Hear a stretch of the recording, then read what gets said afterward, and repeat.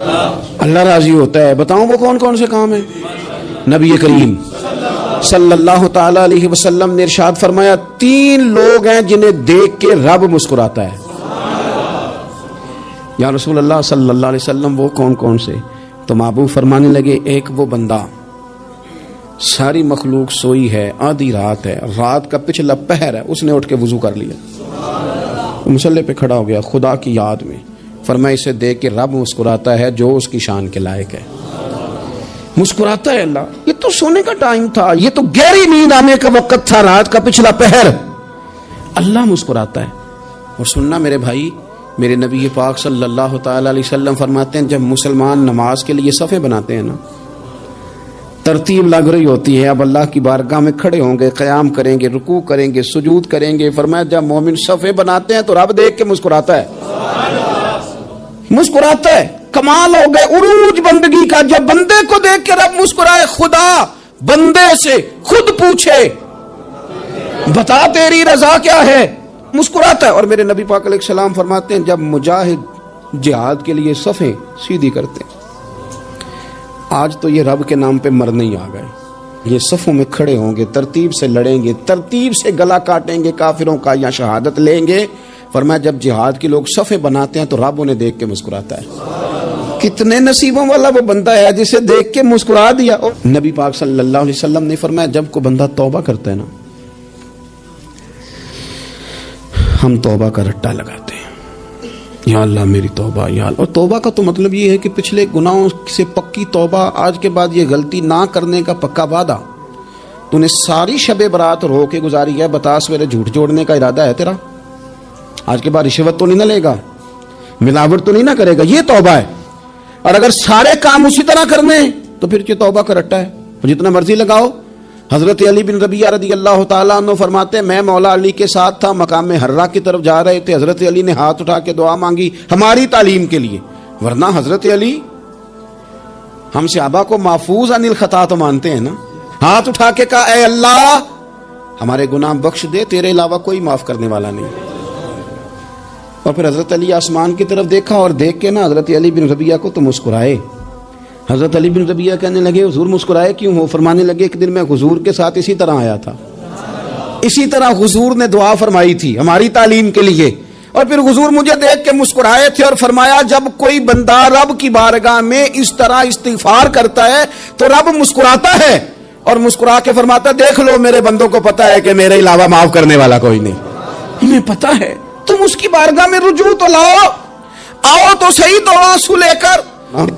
حضور اس استغفار کو اللہ کو یار رات کو توبہ کر کے سونا چاہیے. ہمیں کچھ غلطیاں ہم کرنا نہیں چاہتے پر ہم سے ہو جاتی ہیں، کچھ دل ہم توڑنا نہیں چاہتے پر وہ ٹوٹ جاتے ہیں، ہماری مجبوری ہوتی ہے ٹوٹ جاتے ہیں. رات کو اس کی بارگاہ میں ہاتھ باندھ کے کشکول طلب دراز کر کے خوب استغفار پڑھنا چاہیے کہ مالک بندے ہیں نا کیا کریں، نفس کا ساتھ ہے، دنیا کا ساتھ ہے، خواہشات نفسانیہ، مالک معاف کر دے. درد سے توبہ، رسم نہ ہو، کہانی نہ ہو، لفظ نہ ہو، جملے نہ ہو، اور جناب ایسے لوگوں کے بیچ بڑے ہاتھ باندھ کے اور بڑا کوئی ضرورت نہیں. آپ اکیلے اپنی چارپائی پہ بستر کے اندر منہ دے کے بھی درد سے کہیں گے نا معاف کر دے تو وہ تو مہربانی بڑا ہے. میرا بندہ آ گیا ہے، میرا بندہ آ گیا ہے، میرے گھر آ گیا، اس نے آنسو بہائے ہیں، اس نے کہا اللہ میں تیرا ہی ہوں، تیرا ہی رزق کھاتا ہوں، تیری ہی زمین پہ رہتا ہوں، تیرے نام سے میری سانسیں چلتی ہیں. وہ آ گیا. فرمایا اس اونٹنی والے سے زیادہ رب کو خوشی ہوتی ہے جب گناہگار آ کے توبہ کرتے.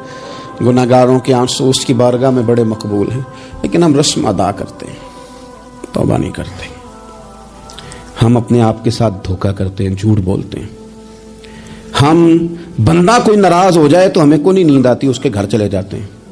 ہم اپنے سارے رشتوں کو، تعلقات کو مینٹین کر کے رکھنے کے عادی ہیں. ہمیں پتہ ہے کہ وہاں میں نہیں جا سکا تو بیٹا بھیجتا ہوں، فلاں شادی پہ میں نہیں جا سکا تو بھتیجا بھیجتا ہوں، بھائی بھیجتا ہوں.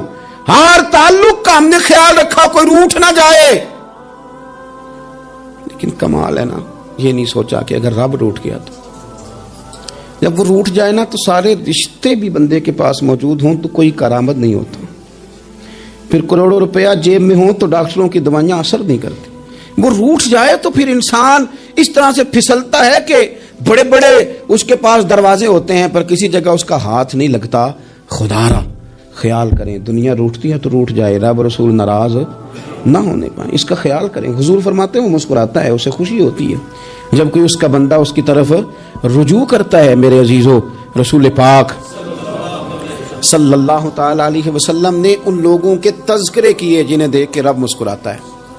ہم نا گناہگاروں پر بھی فتویٰ دینے میں جلدی کرتے ہیں اور نیکی پر بشارت دینے میں بھی جلدی کرتے ہیں، حالانکہ یہ ہماری ذمہ داری نہیں۔ پتہ نہیں اللہ تعالیٰ کس کو کب توفیق توبہ دے کے اپنے قریب کر لے، لیکن بڑی جلدی ہے، بڑی جلدی فتویٰ دینے میں۔ اور یہ فتویٰ صرف مفتیوں کا نہیں رہ گیا، یہ میری طرح کے، آپ کی طرح کے ڈھیروں لوگ ہیں جنہوں نے جیب میں فتوے ڈالے ہوئے۔ بھئی آپ نے کیوں ذمہ داری لے لی ہے جنت میں داخل کرنے کی اور نکالنے کی؟ یہ تو میرے رب کریم کا کرم ہے، وہ جس کو چاہے جب چاہے جتنا چاہے عطا کرے۔ لیکن کچھ لوگ نا بڑے پکے ہو گئے ہیں کہ شاید جو میں سوچ رہا ہوں وہی درست ہے۔ کبھی کبھی کچھ چیزیں عجیب بھی ہوتی ہیں، لہذا خدا کی رحمت پر بھروسہ کر کے بات کرنی چاہیے، اپنی مرضی کے فتوے نہیں داغنے چاہیے۔ وہ دیکھو جی فلانا بندہ یوں کر رہا ہے، آپ کو پتہ ہی نہیں پوری بات کا، آپ کو علم ہی نہیں پوری بات کا۔ حضرت بہاءاللہ نقشبند بخاری رحمۃ اللہ علیہ فرماتے ہیں میں حج کرنے گیا تو وہاں میں نے ایک آدمی کو کروڑوں کا کاروبار کرتے دیکھا، تو میرے دل میں خیال ہے یہاں بھی اللہ اللہ کرنی چاہیے تھی، دنیا داری کر رہا ہے۔ لیکن فرماتے ہیں حج سے فارغ ہوئے تو میں نے دیکھا وہی بندہ سارا کچھ رب کی بارگاہ میں خیرات کر رہا ہے، اور سینکڑوں غریب حاجی ہیں جن کو پورے خرچے دے رہا ہے۔ تو میں نے وہی اپنی سوچ سے توبہ کی کہ میں کہاں تھا۔ بڑی جلدی کھڑے نہ ہو جائیں۔ حضرت حسن بصری رحمۃ اللہ تعالی علیہ ارشاد فرماتے ہیں کہ میں دریا کے کنارے گیا تو وہاں میں نے ایک شخص کو دیکھا، وہ اپنی ایک خاتون کی گود میں سر رکھ کے بیٹھا اور قریب ایک بوتل بھی پڑی ہے۔ میرے دل میں معاذ اللہ خیال آیا کہ دیکھو کس انداز میں ایک عورت کے ساتھ یہ ہے اور پاس بوتل بھی پڑی ہے، جانے شراب ہے۔ کہتے میں سوچ ہی رہا تھا کہ اچانک ایک کشتی آ رہی تھی دریا میں، وہ ہج کو لے کھائے، کشتی میں 4-5 لوگ تھے، وہ دریا میں ڈوبنے لگے۔ وہ آدمی تیزی سے اٹھا، دریا میں چھلانگ لگائی، پہلے ایک کو نکالا، پھر دوسرا نکالا، پھر تیسرا نکالا، ایک بندہ رہ گیا۔ کہنے لگا حضور مجھے تو آپ نے گناہگار سمجھا ہے، میں تو بڑے غلط انداز میں یہاں بیٹھا ہوں، آپ نے جو سوچا چلیں گے چوتھا بندہ آپ نکالنا ہے، کرے نا یہ کام، کرے نا یہ کام۔ بڑے بھولے بھالے بڑے اللہ والے، ریاض آپ کو بس ہم ہی جانتے ہیں، اتنی جلدی فتویٰ۔ حضرت حسن بصری فرماتے ہیں میں پشیمان ہوا، میں نے کہا مجھے تیرنا نہیں آتا، تو دیر نہ کر، چوتھا ڈوب نہ جائے۔ کرتے اس نے چھلانگ لگائی، چوتھا بھی نکال لایا، اور کہنے لگا حضرت آپ نے جلدی کی سوچنے میں، یہ بی بی میری ماں ہے اور یہ سرکے کی بوتل ہے۔ ہم ماں بیٹے کا یہ مشغلہ ہے کہ یہ وہ جگہ ہے جہاں آ کے لوگ مسافر اترتے ہیں، اور یہاں سے کسی کا گھر 100 میل ہے، کسی کا 200 میل ہے۔ ہم صبح سرکہ کھجوریں روٹیاں لے کے یہاں آتے ہیں، مسافروں کی نوکری کرتے ہیں، کوئی پریشان ہو تو مدد کرتے ہیں۔ حضرت خواجہ حسن بصری فرماتے ہیں میں نے معافی مانگی، ان سے بھی مانگی، رب سے بھی مانگی۔ انہوں نے مانگ لی نا بزرگ تھے، پر ہم کوئی نہیں تیار مانگنے کو۔ ہم ہر وقت بدگمانیاں، وہ فلانے جرم کرتا تھا، میں اسے اب کیسے نیک مان لوں؟ بھائی اب وہ نمازی ہے، خدا کے گھر آتا جاتا ہے، اب اللہ کی بارگاہ میں حاضر ہوتا ہے، جب رب نے معاف کر دیا تو بھی سوچ بدل جا۔ سنیں حضور کیا فرماتے ہیں، نبی پاک صاحب اللہ صلی اللہ تعالی علیہ وسلم فرماتے ہیں، مسند امام احمد بن حنبل دیکھیے، فرمایا رب اس وقت بڑا ہی مسکرائے گا جب قاتل بھی جنت میں جائے گا، مقتول بھی جنت میں جائے گا۔ یا رسول اللہ مقتول تو گیا، یہ قاتل کیسے چلا گیا؟ حضور فرماتے ہیں جائے گا، اور جائے گا اور رب مسکرائے گا جو اس کی شان کے لائق ہے۔ یا رسول اللہ کس طرح؟ تو نبی پاک صلی اللہ علیہ وسلم فرمانے لگے اس نے ایک مومن کو قتل کیا تھا، وہ شہید ہو کے جنت میں چلا گیا، اب اللہ نے بعد میں اسے توبہ کی توفیق دے دی۔ پہلے اس نے کلمہ پڑھا، پھر یہ میدان میں اترا، کافروں سے لڑا، یہ شہید ہوا، اور رب نے اسے بھی جنت دے دی۔ قاتل بھی جنت میں، مقتول بھی جنت میں، اور بات اتنی انوکھی ہے کہ رب دیکھ کے مسکرا رہا ہے جو اس کی شان کے لائق ہے۔ ہم جلدی میں ہیں، ہم انتظار نہیں کر رہے کہ شاید توبہ کر جائے، ہم انتظار نہیں کر رہے، لیکن میرے عزیز اتنی جلدی نہ کریں۔ سوچوں کا صاف ہونا، ذہنوں کا پاک ہونا، اور لوگوں کے بارے میں گمان کا اچھا ہونا۔ آپ کسی نفسیات کے ڈاکٹر کے پاس چلے جائیں، اسے کہیں ٹینشن بڑی ہے، میں ان کے مضامین پڑھتا رہتا ہوں، وہ سب سے پہلا سبق آپ کو یہ پڑھائیں گے کہ اچھا سوچا کریں۔ اچھا سوچنے سے بندہ تندرست رہتا ہے۔ کس سے بندہ تندرست رہتا ہے؟ ہیں جی واقعی، یعنی اس والے پڑوسی کے بارے میں بھی اچھا سوچنا ہے، گھر میں اس والے کے بارے میں بھی، چھوٹے بھائی کے بارے میں بھی اچھا سوچنا ہے، اور بڑے کے بارے میں بھی اچھا ہی سوچنا ہے. یعنی اپنی برادری قبیلے کے بارے میں بھی اچھا سوچیں, جو قبیلے کا نہیں اس کے بارے میں بھی چلیں تھوڑا سا اچھا سوچ لیں. اپنے بارے میں تو اچھا سوچا ہے بڑا. میں کہتا ہوں کہ ہم اپنی غلطیوں سمیت اپنے آپ سے بڑا پیار کرتے ہیں, اور دوسرے کی ایک غلطی نظر آ جائے تو ہمیں گھن آنے لگ جاتی ہے. آپ جلدی نہ کریں, مالک نے موقع دیا ہے بندوں کو, نہ وہ کسی کا رزق چھین رہا ہے نہ سانسیں چھین رہا ہے, وہ اپنی زمین پہ چلنے بھی دے رہا ہے, رہنے بھی دے رہا ہے. تو جب اس نے موقع دیا ہے آپ بھی تھوڑا موقع دیں. اللہ بڑا کریم ہے, دروازے کھولے گا, اس کے بندے اس کی بارگاہ تک پہنچیں گے. بدگمانیاں اور پھر بدگمانیوں کا عروج, اور اس لیول تک جا کے بات کر دینا ہے کہ جہاں سے خوف آئے کہ یار یہ بات نہیں کرنی چاہیے. رسول کائنات سرور دو عالم صلی اللہ تعالی علیہ وسلم فرماتے ہیں کہ اللہ مسکراتا ہے. دیکھو ہمارے ہاں نا ایک اور بھی مسئلہ بن گیا ہے. میں نے کچھ لوگوں کو نا پکا, میرے پیارے ہیں, محبت ہے مجھے, تو میں چونکہ آپ میری کلاس ہیں, میں مشاہداتی اور تجرباتی باتیں بھی کر لیتا ہوں, اسی کی روشنی میں کئی دفعہ گفتگو بھی تیار کرتا ہوں. کچھ لوگوں نے نا پکا ذہن بنا لیا یہ کہنے کا کہ ہاتھ بڑا تنگ ہے. پکا آپ جس وقت پوچھ لیں ان کا ہاتھ اور بڑا ہی زیادہ تنگ ہے. آپ یقین کریں بہن کا جو خامند ہے وہ کہہ رہا ہے جا حصہ لے کے آ, تیرے بھائیوں کی کمائی تو نہیں تیرے ابا کی ہے, لے کے آ. وہ بیچاری اس کی منتیں کر رہی ہے, کہتی ہے اگر جاؤں گی نا تو وہ کہیں گے حصہ لے جا, آج کے بعد ہمارے گھر نہ آنا, میرا دروازہ نہ بند کرو, مہربانی کرو. اور بھائی سے بات کرتی ہے تو کہتا ہے ہاتھ ہی بڑا تنگ ہے, جب ٹھیک ہوگا تو دے دوں گا. نہ کریں یہ ظلم. ہمارے اپنے تڑپتے رہتے ہیں اور ہماری دولتیں اندر پڑی رہتی ہیں. ہمارے اپنے چھوٹی چھوٹی ضروریات کے لیے پریشان ہوتے ہیں, لیکن ہم بڑے بڑے بہانے ہیں ہمارے پاس, کہتے ہیں یہ نکما ہے, یہ نکھٹو ہے, یہ کام نہیں کرتا, اس میں فلانا ہے, فلانا ہے, بلے میں نے نہیں ساتھ چلنا. اظہار جب آپ کے اندر پیدا ہوتا ہے نا, اظہار جب کسی کے لیے آپ حساس ہوتے ہیں تو آپ کو بھی سرور حاصل ہوتا ہے. نہ کریں یہ کام کہ آپ کو اللہ نے وسعت دی اور ہر وقت آپ ہاتھ تانگ ہونے کا رونا رو رہے ہیں, ہر وقت آپ یہ کہہ رہے ہیں میں بڑی آزمائش میں ہوں, جب خدا نے آپ پہ نہیں ڈالی. تو اتنے جھوٹ بولنا صرف اس لیے کہ میرے پیسے بچ جائیں, صرف اس لیے کہانی سنانا کہ حالات میرے بڑے خراب ہیں کہ کوئی بندہ میرے سے کوئی تھوڑا بہت قرض نہ مانگ لے. سنو, نبی پاک صلی اللہ علیہ وسلم کے پاس مہمان آ گیا, بخاری مسلم ہے. حضور نے ازواج مطہرات کے گھروں میں پیغام بھیجا, کچھ چیز ہے ضیافت کے لیے. یا رسول اللہ کچھ بھی نہیں, یہ دو جہاں کے شاہ ہیں اور پاس کچھ رکھتے نہیں, دو جہاں کی نعمتیں ہیں ان کے خالی ہاتھ میں. یا رسول اللہ کوئی چیز بھی نہیں. حضور نے صحابہ کے مجمع پہ نظر ڈالی, یا رسول اللہ صلی اللہ علیہ وسلم حکم ہو. تو حضور فرمانے لگے تم میں سے کوئی بندہ ہے جو اسے گھر لے جائے روٹی کھلائے.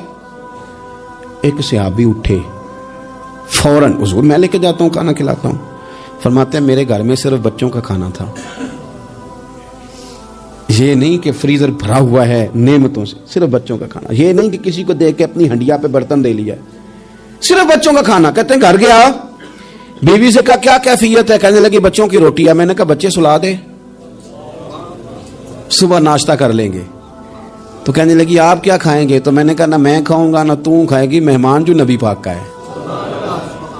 کہا اچھا, اب ذرا تجویز دیکھو. میاں بیوی کی سوجھی آپس میں, کہتے ہیں کھانا لگا دینا کیونکہ ایک آدھ بندے کا کھانا ہے. اپنی غربتوں کا ہر جگہ اظہار کرنا, رونا رونا, یہ دیکھو غربت کیسے چھپائی جا رہی. اس کو کہا نہیں کہ چل تو تھوڑا رحم کھا, تو آیا ہے تو تھوڑا رحم کھا, یہ نہیں کہا.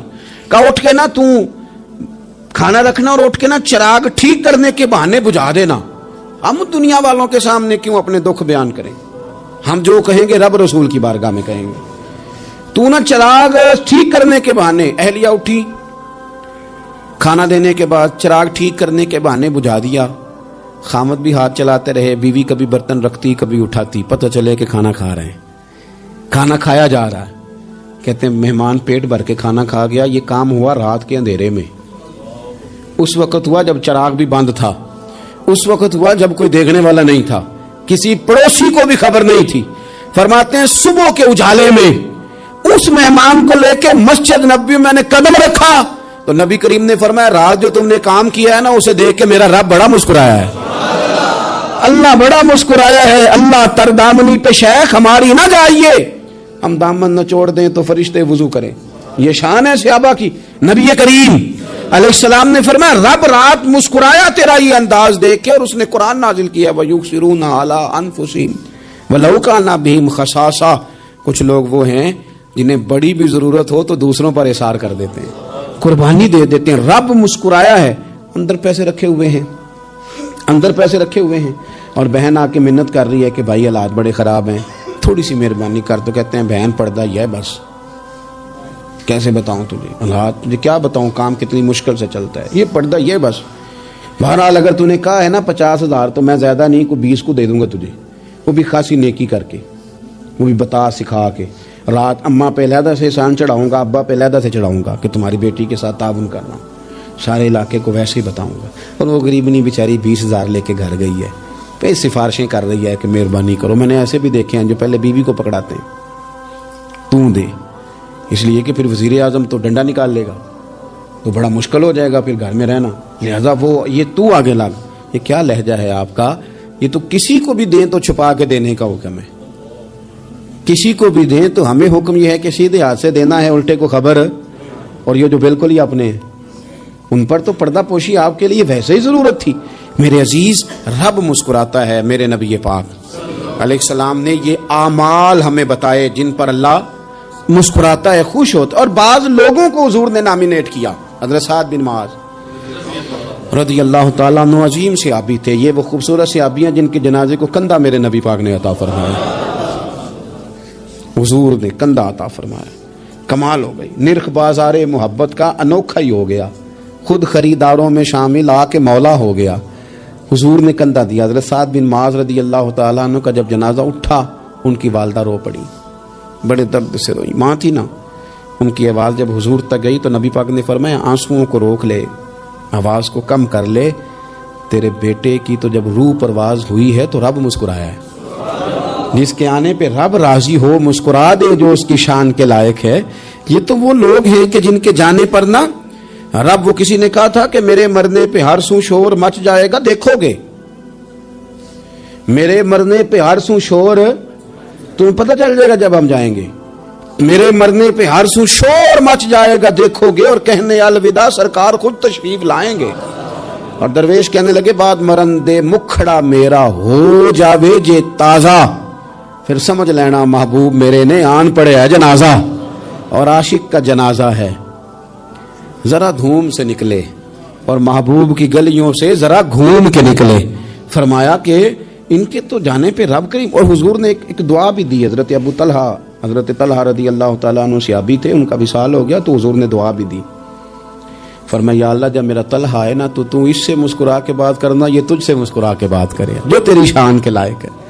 تو اللہ تعالیٰ غائب درجے راضی ہوتا ہے۔ ایک دفعہ پھر بات دہراتا ہوں، جو میدان میں ڈٹ کے شہید ہو رب اسے دیکھ کے مسکراتا ہے، جو اس کی شان کے لائق۔